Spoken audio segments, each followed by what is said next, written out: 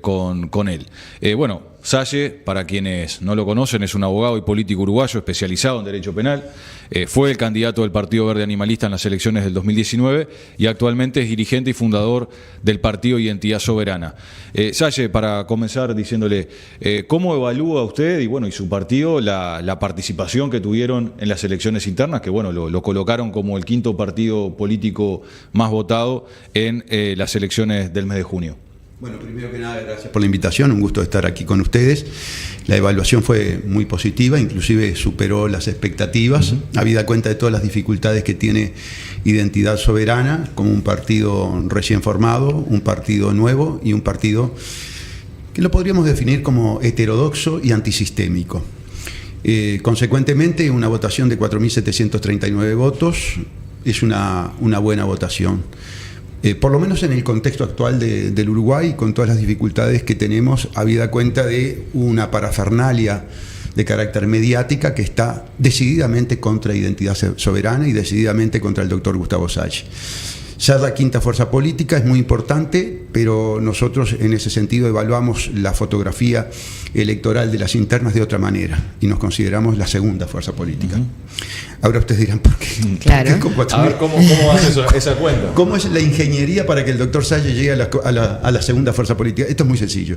Nosotros tenemos un partido único del nuevo orden mundial, PUNOM le llamo yo, que son las dos coaliciones, ¿verdad? La coalición Frente Amplio y la coalición multicolor, que desde el punto de vista ideológico-político, desde el punto de vista de su posicionamiento con respecto al sistema mundo, que ustedes saben que yo lo defino como el sistema cleptocorporatocrático, poder de las corporaciones ladronas, tienen la misma posición. Es más, yo a los 5 candidatos los llamo los quintillizos, porque tendrían un mismo ADN, ¿verdad? Que es un ADN agendista, golpista, plutocrático, oligárquico, antipueblo.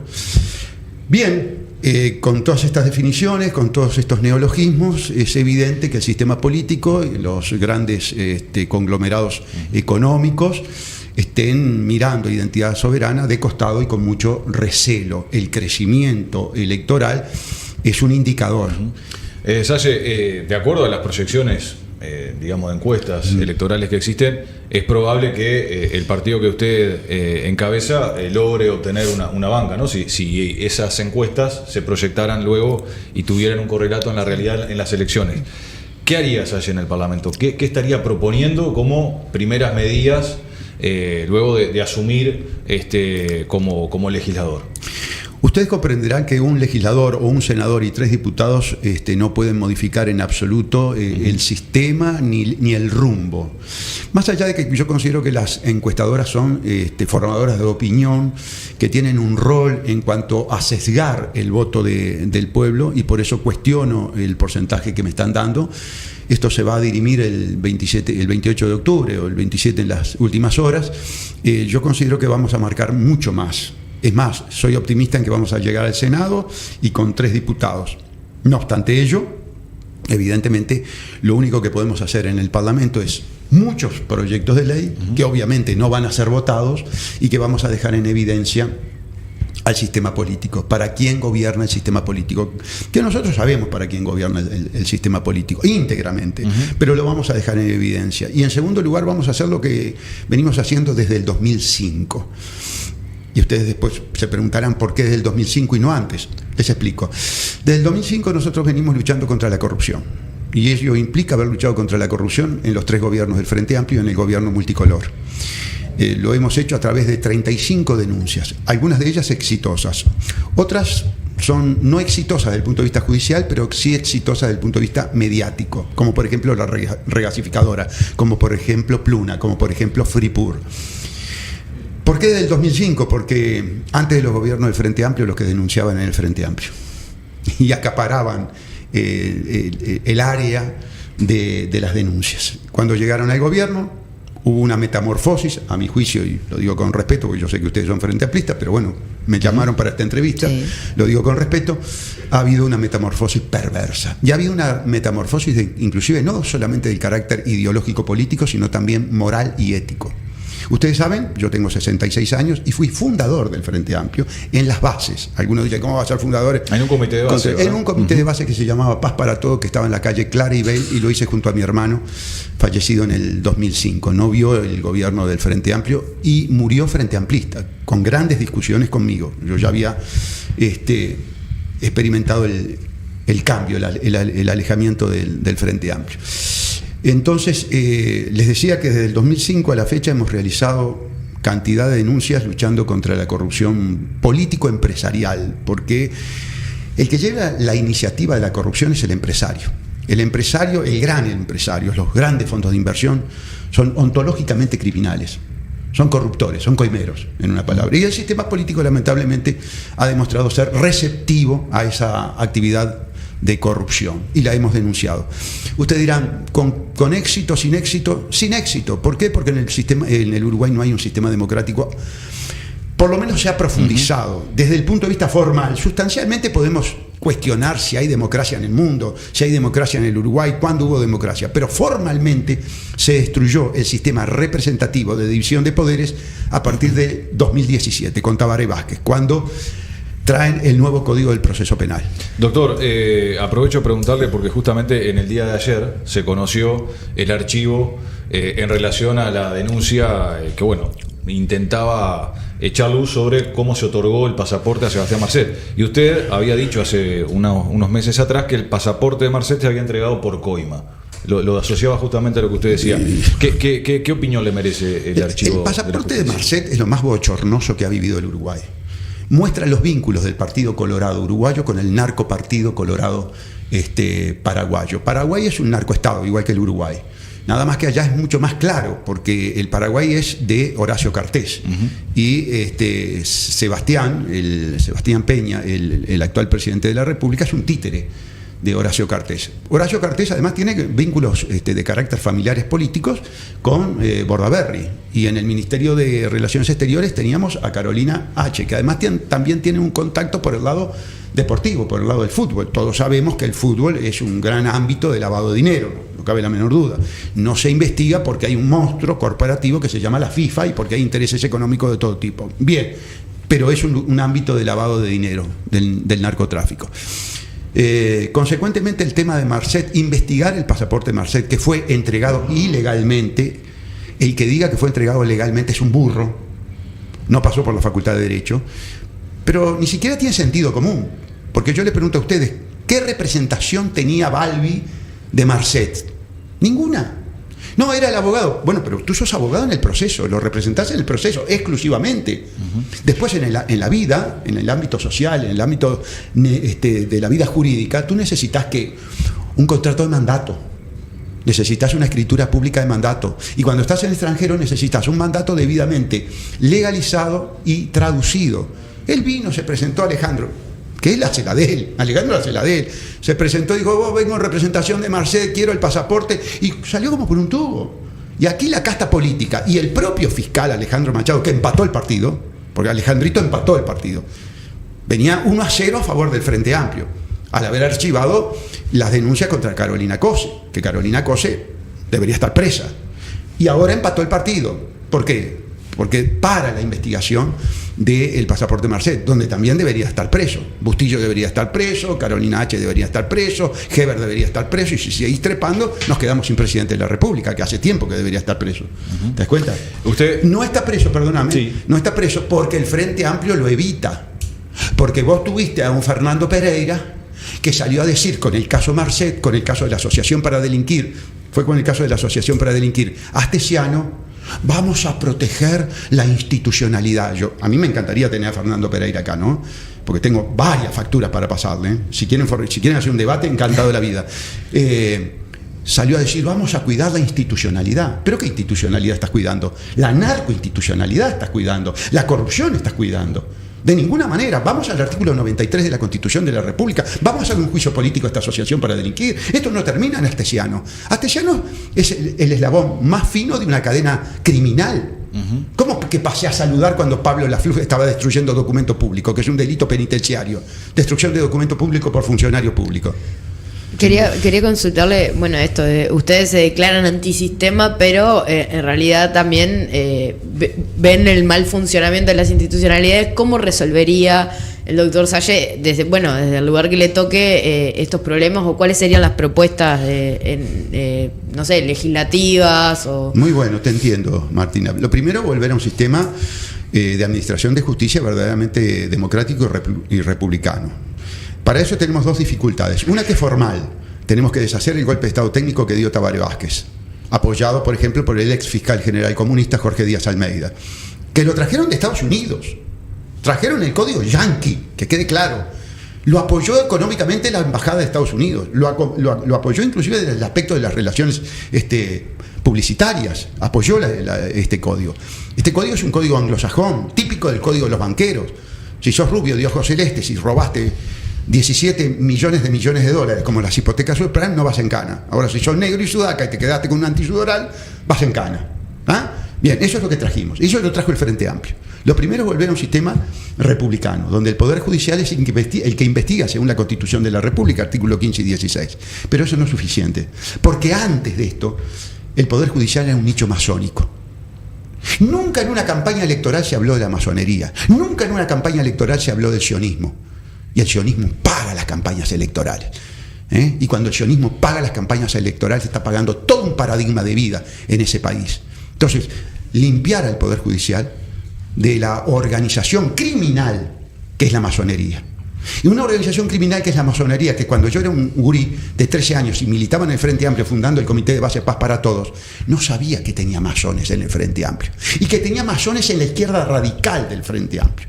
Y por eso esta evolución o involución perversa del Frente Amplio que tenemos hoy, al punto tal de que tenemos 113 pseudo intelectuales acomodados, mercenarios, arrastrados, que le están haciendo el juego a un Ojeda, que es un personaje creado por el sionismo y la masonería. Lo trajeron, como es galán, tiene facha, vamos a traerlo. Porque los fundamentos políticos de Botija no entiende nada de nada. Pero al sionismo y a la masonería a BlackRock, a The Vanguard y a todo el sistema internacional les sirve tener un fachero y después le dan el discurso. ¿Y qué te parece? El discurso que lleva a 113 tipos que fueron senadores de la República, como Vergara, que es senador de la República, que lo vamos a ver saliendo a repartir volantes contra el pueblo uruguayo a favor de las sicarias AFAP, sicarias estafadoras AFAP. ¿Usted qué opinión tiene justamente sobre la reforma en sí? ¿Por qué usted se ha pronunciado a favor del plebiscito? ¿Cuál es el principal argumento que usted sostiene para decir, bueno, en octubre hay que votar esta propuesta? Algunos elementos usted son ladronas, son sicarias, son vendepatria, está en manos de delincuentes, pero lo más perverso es el circuito que genera. Le chupan el dinero al obrero y al empleado, al cotizante uruguayo, generan un fondo de 24.000 millones de dólares y lo llevan al sistema financiero judeo-sionista internacional. Ustedes van a ver que en mi discurso siempre está presente el tema judeo-sionista. Soy el único político que dice eso. Porque mal que les pese es la realidad. Me dicen, vos, pero hay árabes con plata, hay musulmanes con plata. Claro que tenés el sistema de Arabia Saudita, una monarquía criminal y llena de dinero, funcional a los intereses sionistas. Pero seguimos con la SAFAP. Le llevan ese dinero del obrero que no llega a fin de mes. Y como no llega a fin de mes, tiene que usar la tarjeta, tiene que usar el crédito, tiene que pedir prestado. ¿Y a quién le pide prestado? Al sistema financiero que le chupó el dinero, por la intermediación de estas sicarias que son las AFAP, que además se le queda con el 23%. Aporta 100 y se le queda con 23. Por una administración que no hacen. La administración la hace el BPS. Con una manga de zánganos que son los directores, que ganan 2 millones de pesos y aportan por 256. Estoy de acuerdo con el plebiscito, con todas las discrepancias que yo tengo con el PIT-CNT, al cual lo tengo denunciado penalmente, al cual si fuera presidente de la República lo primero que hago es auditar todos los gremios, que sé que hay robos, que sé que hay corrupción, vamos a entendernos. Yo los denuncié, el plan de vivienda, me archivaron, por supuesto, era el golpe de Estado técnico. Entonces, tres fundamentos de la reforma constitucional que no se pueden refutar. Lo refutan los cínicos. Que una viejita o que un jubilado gane más de 123 pesos, que es lo que a veces le paga la FAP, por ejemplo. Pensiones y jubilaciones equiparadas a un salario mínimo nacional, que es de hambre. A mí me encantaría darle 22.000 pesos por mes a Saldain. Me encantaría darle 22.000 pesos por mes al de la SAFAP, que la hija trabaja en el Canal 12, que no le sé el apellido. Si me pueden decir el apellido, les agradezco, es pura consonante. Tomá 22.000 pesos y viví con esto. Porque vos estás acostumbrado a vivir con 2 millones de pesos por mes, por lo menos. Y pagar solamente por 250. Darle a Rodolfo Saldain, que está allí la billetera de Rodolfo Saldain, porque es abogado de la SAFAP, porque estuvo en el Banco de Previsión Social. Y mientras estaba en el Banco de Previsión Social, como director, tenía un socio en el escritorio privado que pleiteaba contra el Banco de Previsión Social. Me gustaría ver esos expedientes, me gustaría auditar esos expedientes donde el Estado seguramente perdió. Así es muy fácil salir a hacer campaña, y salir en una campaña de asustaviejos. ¿Y qué te parece tener a Orsi alineado con Delgado, alineado con Saldain, alineado con este muchacho, Ojedita, como le dice Pedro Bordaberry, sobrándolo? ¿Qué les parece? ¿Cómo puede sentir un frente amplista en este momento eso? ¿Qué puede sentir el Boca Andrade en este momento? Que tiene unos maravillosos alocuciones debidamente fundados, porque seguramente tiene un equipo que le da elementos, y me parece muy bien, y después termina en un embudo que le lleva los votos a Orsi, un individuo que va a arrastrarse a la masonería judía del Uruguay. Salle, si le parece, vamos a ir a una breve pausa y retomamos con Pasaron Cosas. Hablado de varias cosas ya. Le agradecemos a todas las personas que están escribiendo en el chat de YouTube y de Facebook.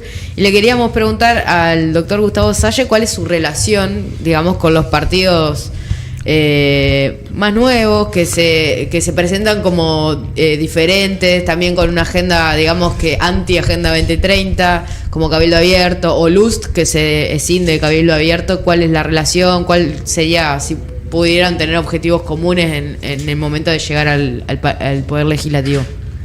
Bueno, no, a ver, nosotros tenemos un elemento clave a nivel nacional y a nivel internacional, que es la agenda de la oligarquía internacional.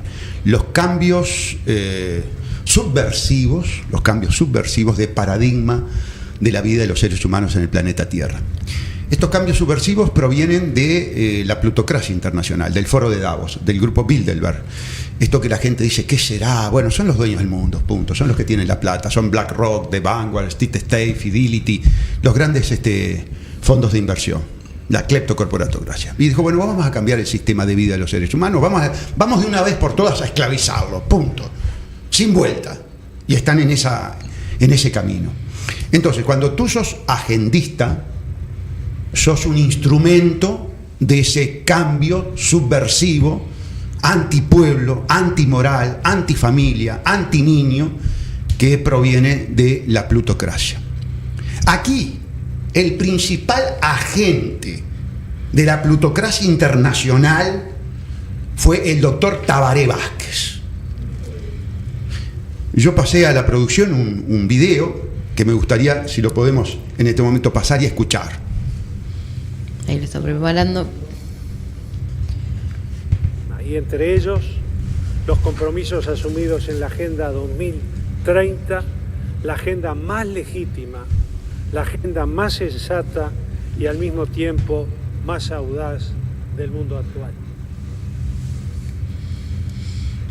¿Más legítima?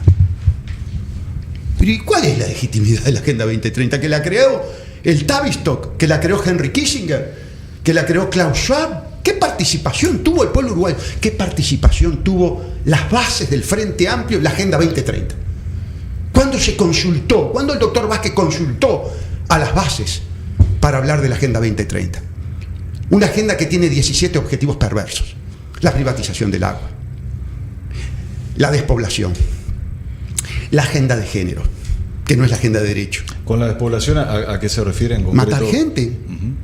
Matar gente en el Uruguay. Usted ha tenido una impronta muy fuerte con respecto a lo que fue la pandemia, lo que fueron las vacunas. Eso usted lo incorpora, digamos, dentro de esa lógica. Pero por supuesto.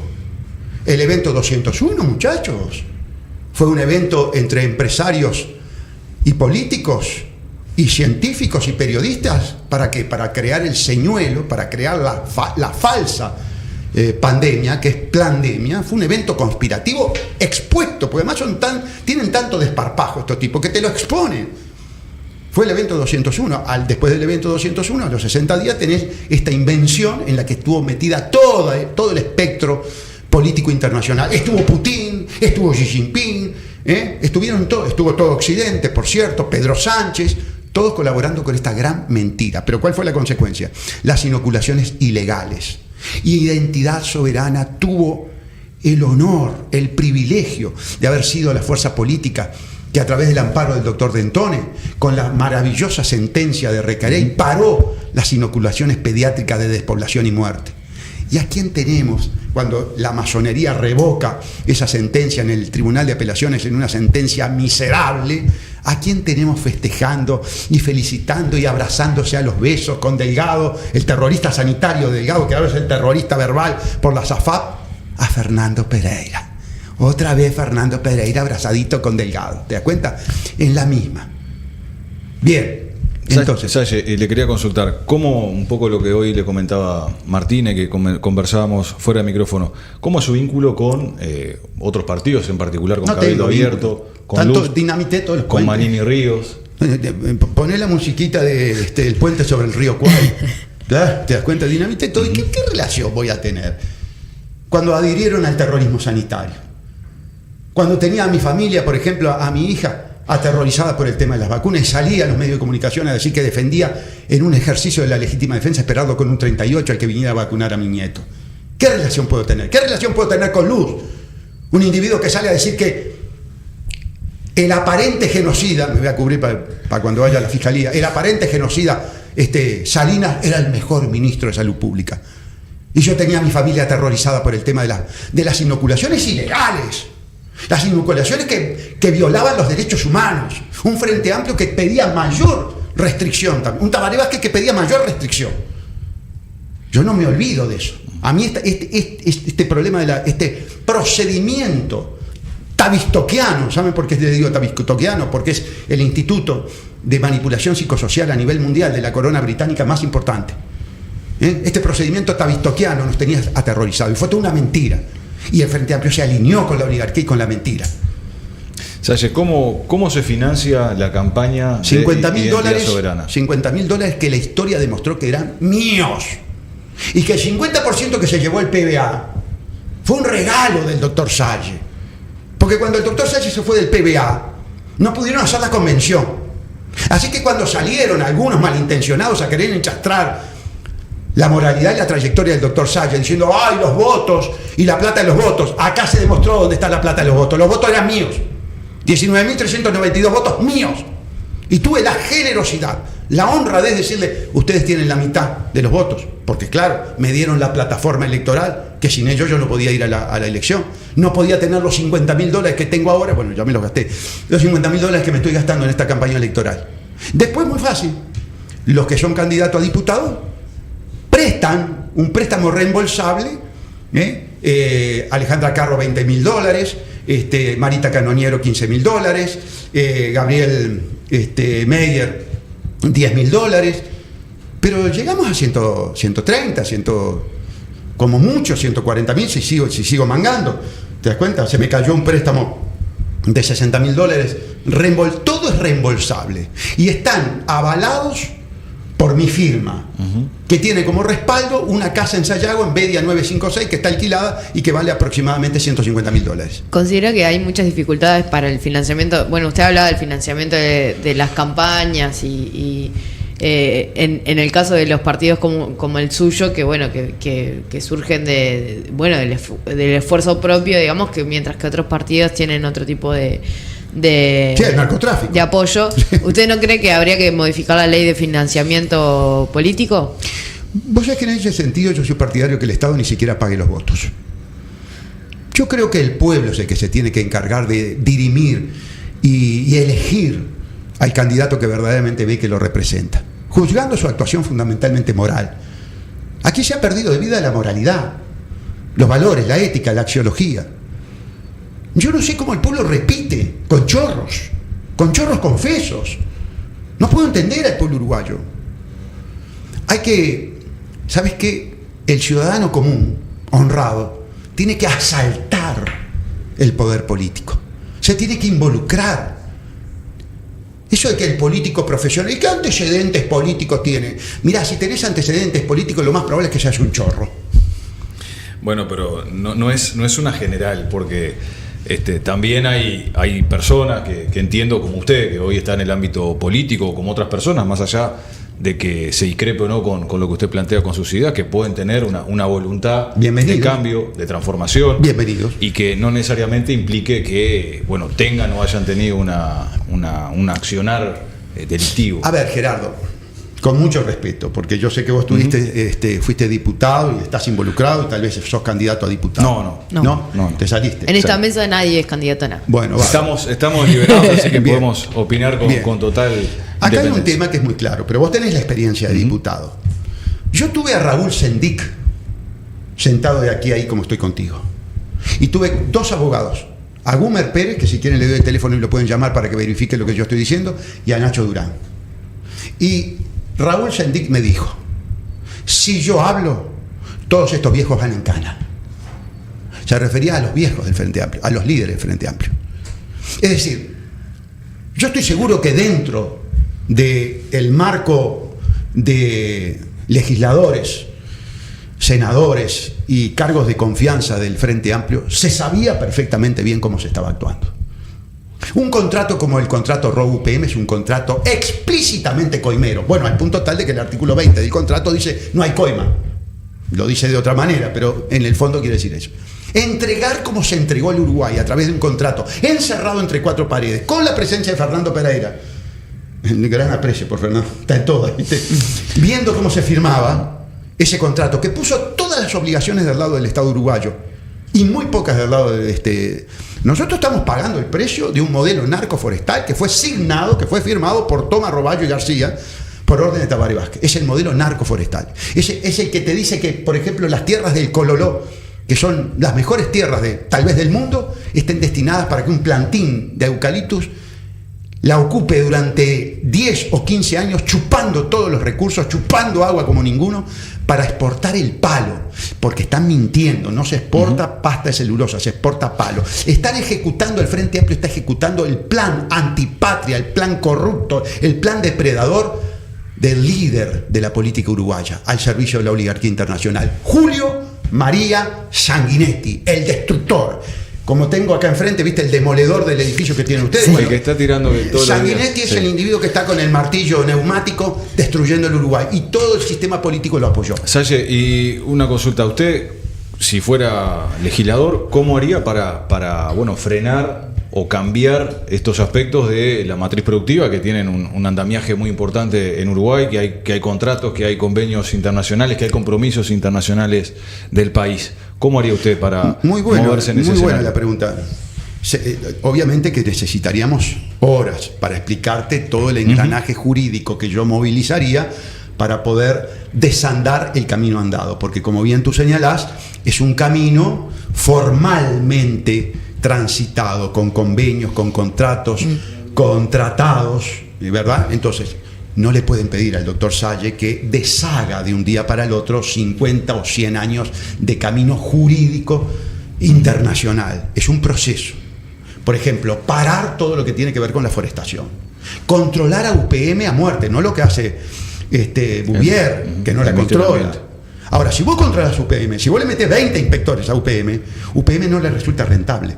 Porque UPM le resulta rentable porque estuvo un mes envenenando el Río Negro, sabiendo que lo estaba envenenando, porque Walrós es un criminal, sabiendo que la pileta estaba perforada y que mandaba la soda cáustica del arroyo Sauce. Ahora, si vos vas y lo controlas, ¿sabes por qué lo mandaba? Porque parar la planta sale $4 millones por día. Por día. Y pagar la multa de Bouvier, de Bouvier fueron 40.000 pesos al principio. Ahora la levantó un poquito porque es bochornoso lo que hizo. Yo se lo grité el 25 de... Estás dejando envenenar al pueblo, de aquí a la cabina donde está el operador, y bajó la cabeza.